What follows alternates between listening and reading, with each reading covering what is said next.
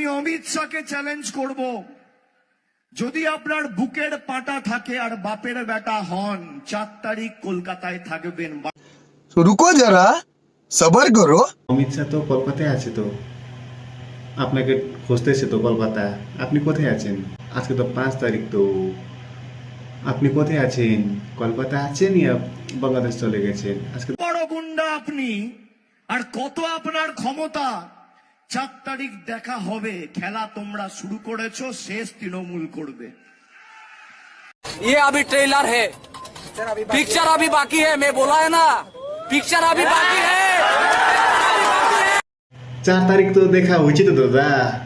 এবার বিজেপি সরকার আসছে ওয়েস্ট বেঙ্গলে, ফিনিশও বিজেপি করছে তো দাদা। কি হইলো দাদা? অভিষেক দাদা কি হইলো? चीटिंग करता है तू, चीटिंग चीटिंग चीटिंग करता है तू।